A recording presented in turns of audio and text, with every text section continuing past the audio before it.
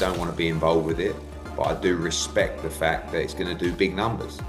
It's just not boxing. And I don't think we should promote it as boxing. Leaked footage from Gervonta Tank Davis's private training camp has set the boxing world ablaze. The clips show Davis going toe-to-toe with sparring partners far heavier and taller than him, men built like heavyweights, throwing bombs and testing every inch of his endurance. Each session looks more like a war zone than a workout. Davis, drenched in sweat and driven by pure determination, absorbs the punishment, answers back with counterhooks, and refuses to back down. It's clear he's preparing for something far beyond an ordinary fight. He's training to make a statement when he faces Jake Paul. Stop going up, gotta let it go. Keep turning, step around. Keep turning.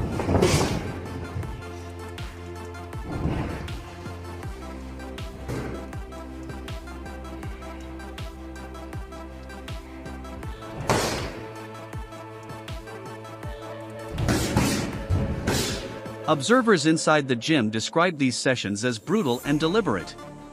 Tank isn't avoiding size, he's embracing it. He's stepping into the ring with men who tower over him, proving he won't be intimidated by Jake Paul's larger frame.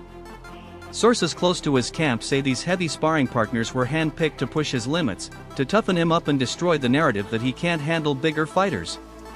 Every punch, every exchange, is designed to break that myth, showing that precision, timing, and real boxing skill can overcome brute size.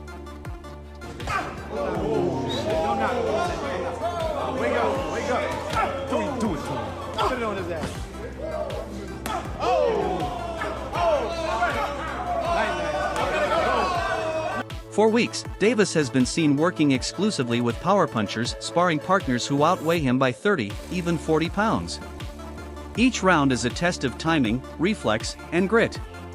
Insiders describe how he purposely challenges himself with fighters who can absorb his best shots and fire back twice as hard. But Tank thrives in that chaos.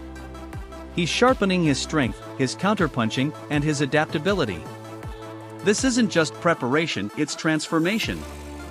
Davis is molding himself into a fighter capable of dismantling a man who relies on size, spectacle, and social media hype.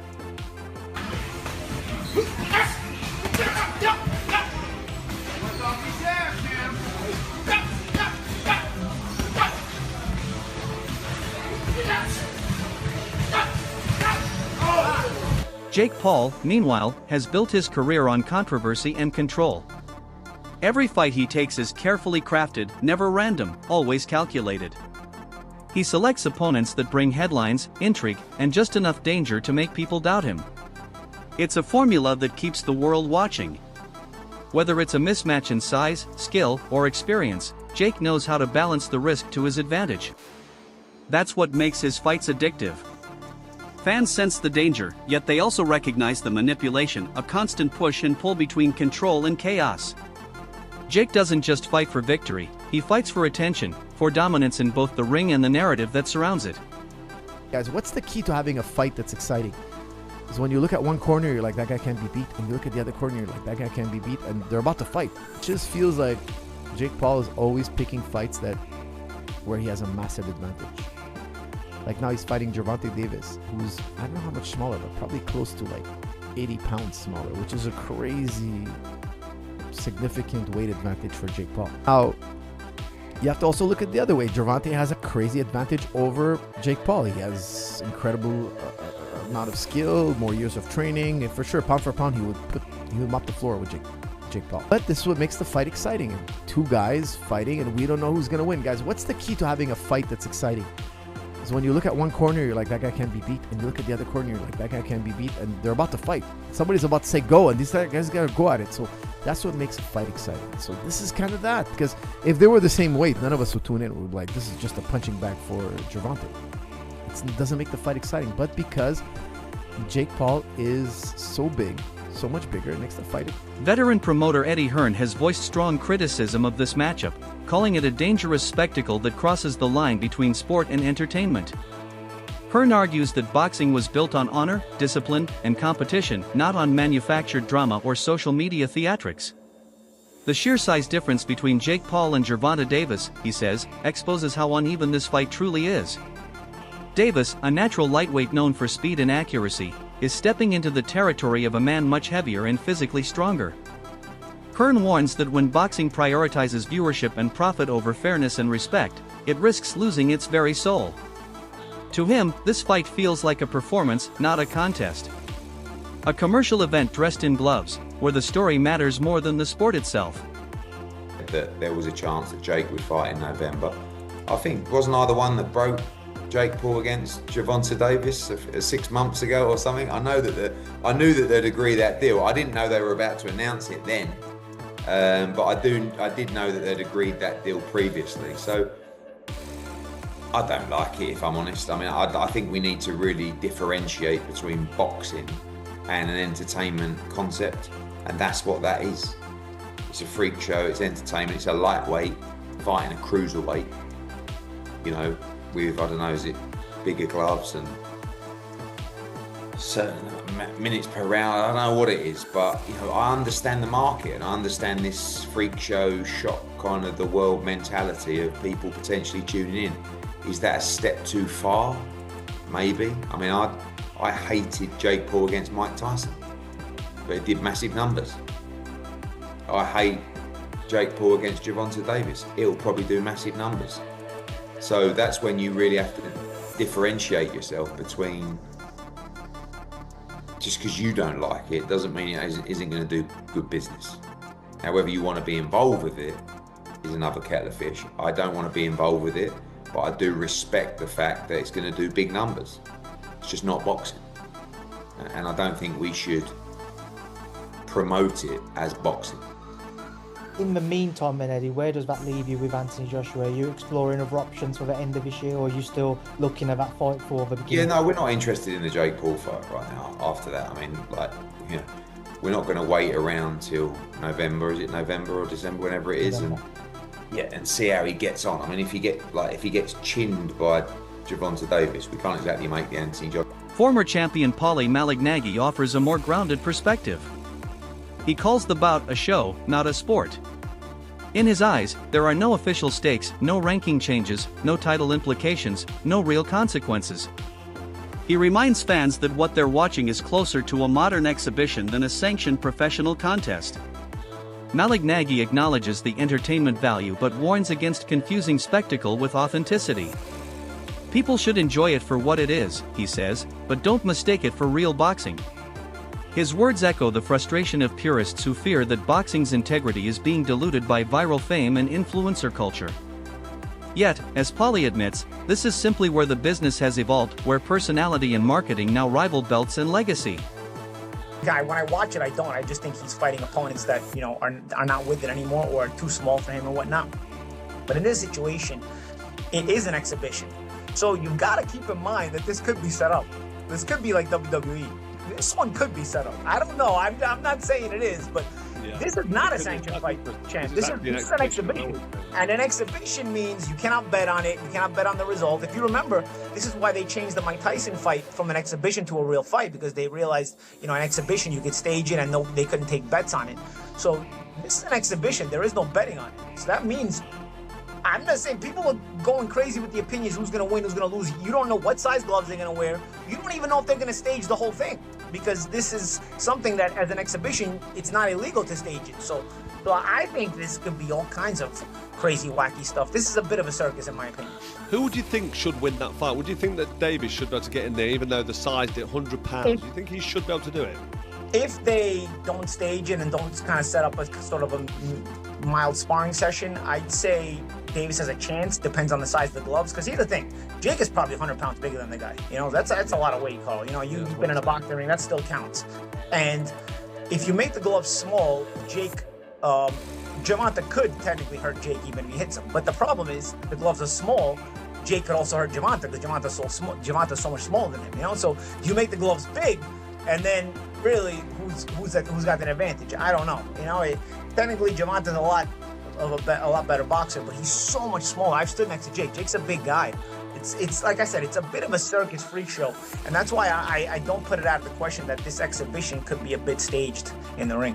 Analyst Wade Plemons from the Wade Concept describes Jake Paul as more than just a fighter, he's a strategist, a manipulator of public emotion.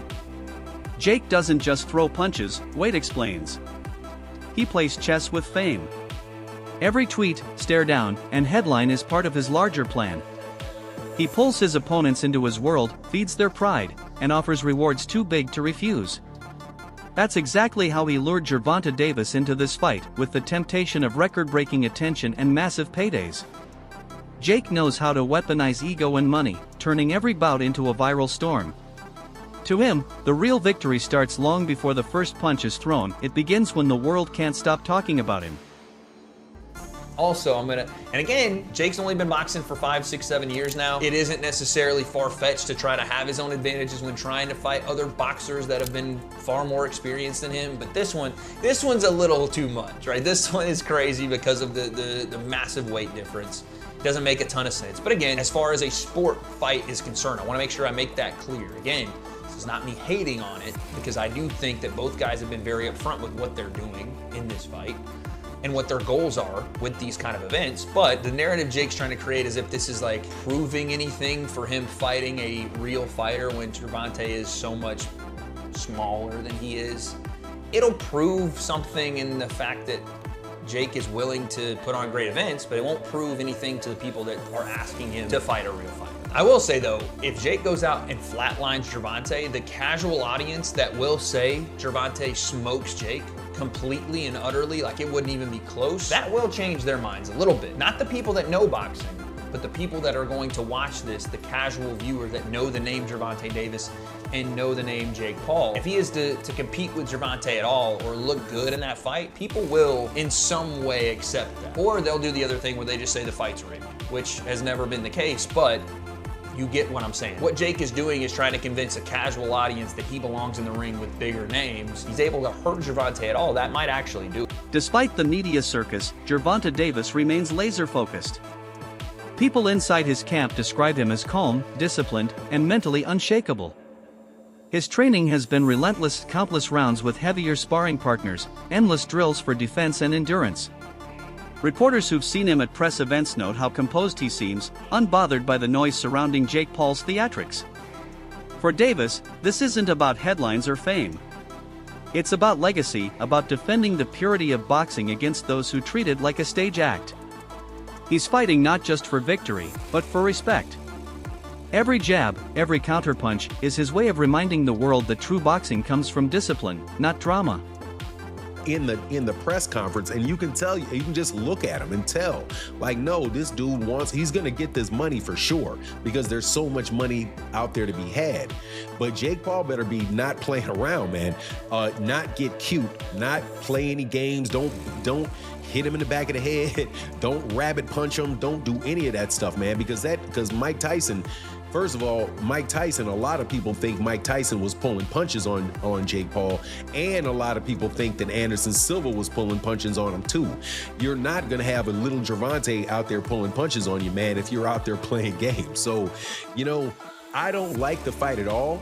However, as far as it being an entertaining situation, I almost guarantee you that fight itself is going to be entertaining. That it's going to be something that you look at and you're going to say, man, everybody's going to watch it. Everybody's going to want to know what happens in it.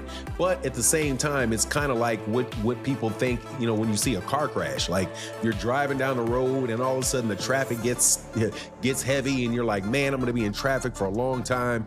And then you drive forward a little bit and then you see, oh man, this is some accident on the other side of the road and everybody just slowing down to watch. That's the type of entertainment that you can expect from this fight between Gervonta Davis and Jake Paul. There's going to be a lot of people watching it, but I gotta say, man, you really can't blame the guy on what he's doing.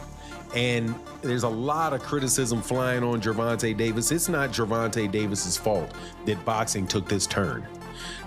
This turn of these exhibition fights and people not caring about the belts and all of that. The boxing community is split. Half the fans call this matchup a disgrace, a cheap stunt that insults the sport's integrity. The other half call it evolution, a chance to modernize boxing and attract a new generation of fans. Supporters of Davis see him as a savior, a technician out to expose the difference between an influencer and a fighter. Jake's fans, however, see him as a revolutionary, someone who's breaking barriers and making boxing relevant again. It's more than a fight now, it's a culture war. Tradition versus transformation. Legacy versus entertainment. And no matter which side you're on, Jake Paul has already won one battle. He's made everyone talk about boxing again. And number 3, the retirement. I mean, the backlash is just what people do nowadays. That's just, you give somebody a keyboard, you give them a phone, and they able to hide their face. Yeah, they gonna have a field day. The backlash I get, I understand. Would you say number 2, not fight Shakur? Yeah, he's saying he'll never fight Shakur. That he ain't gonna do him no favors. That he ain't gonna help him make no money because Shakur broke or something like that. Something along those lines. Yeah, I don't get all that. That's, you know what I mean. That's against the game. Like, you know what I mean. You at least owe that fight for the game. You know what I mean. You owe the rematch to Lamont for the game, but you owe Shakur for the game just because of the 2 style matchups. You know what I mean. But if he feel like he don't gotta fight him, guess what? We can't sit here and just go crazy about it. But it is kind of crazy. It is kind of corny. You know what I'm saying? If he not gonna fight Shakur, and if he's standing on it like, I'm not ever gonna fight you, I'm not doing you no favors, and all right. But then again, you know what? I don't know what them guys got going on. I don't know what they've been through personally. You know what I'm saying? But would I love to see that fight? Hell yeah, I would love to see that fight. And then number 3, you said what? You said retirement. The retirement. Oh, boxing. Boxing. They're around. They're around. It's always gloves around. It's on you. It's on you. I'm chilling. You all right? Yeah, get with me. I know. How you feel? Darkskin boy, that's my man. The retirement is like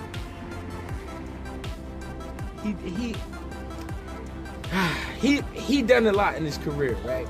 Not everything, but he done a lot. What people don't understand is his business is a lot. This whole experience is a lot.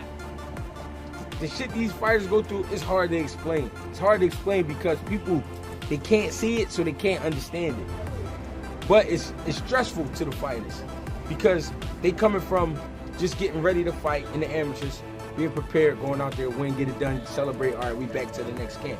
To now, marketing. You're talking about marketing. You're talking about lawyers. You're talking about all this shit that you just never imagined. You're like, why do I have to deal with it? The outcome of this fight could shape the future of the entire sport. If Jake Paul wins, boxing may fully step into the entertainment era where fame and followers outweigh rankings and belts. The ring could become a stage for celebrities and creators chasing viral moments. But if Gervonta Davis wins decisively, it could be a turning point, a message that true skill and experience still hold power over showmanship. Either way, this bout isn't just a fight, it's a statement about identity. Traditional boxing has long been accused of being too slow, too predictable. Jake's fights are the opposite, chaotic, dramatic, unpredictable. People criticize him, mock him, and still never stop watching. Every punch he throws carries the shock of a plot twist. Whether you love or hate him, Jake Paul keeps you hooked, and that's his greatest weapon. The purists hate it, the algorithm loves it, and both will watch. It's not just who wins, it's what wins. Will the entertainment value or the ring IQ come out on top? Because if Tank dominates, the meme dies. Jake Paul survives or hits it big, we see new rules are going to be written in real time. Me, you, maybe everyone at some point has been that bigger guy, thinking that I'll just bully him. Jab, slip, liver shot, sent me down real nicely. Size helped until it didn't. All I'm saying is, let's not dismiss something because it looks weird. Many fights get decided by the details. Feet before fists, timing before muscle, discipline before clout. Look, Tank wins if he stays Tank. He's built on patience, traps, explosive counters. That's hell for a tall guy who gets eager. Jake's long jab is the gate, but Tank's head movement is the key. Once he times it, the door's getting open and the furniture is going to get rearranged. Think locksmith versus padlock. Big padlock looks scary until the right tool clicks once. Jake throws that overhand like he's bowling with the shoulder. Effective, but you don't see it. The Davis versus Paul matchup forces the world to question what real boxing even means. It doesn't fit the traditional mold, no mandatory defenses, no ranking buildup, no title on the line. It exists somewhere between authenticity and performance. Traditionalists argue it's harmful, others believe it's necessary for boxing's survival in the social media age. The irony is that both fighters are still in their prime. This isn't two retired legends putting on a show, it's two active athletes representing two eras of combat. Davis stands for old-school grit and mastery, the man who climbed from humble beginnings to world titles. Jake represents the digital age, where charisma, business sense, and virality can make you a contender. Both are fighting for more than a win, they're fighting for the future definition of boxing itself. Like this, with fighters pretty much in their prime. But other than the size mismatch, most people are wondering why has Tank taken this fight, and those were the first questions targeted to Tank in this presser, because usually these sorts of bouts are relegated to the latter part of your career. And for most Gervonta Davis supporters, they thought they would get the big fights next, the Shakurs. They didn't think he would be fighting Jake Paul. Although Tank tried to push it off as fans should just be happy watching the sport and hey, haters will be haters, I think that's quite unfair to the people who have been loyal supporters of him and honestly have paid his bills. He tried to compare the level of criticism he gets to the likes of Mayweather. And that wraps up today's coverage. Whether you see this fight as a spectacle or a sport, one thing is certain, the world will be watching. Stay tuned for more updates, because this story is far from over.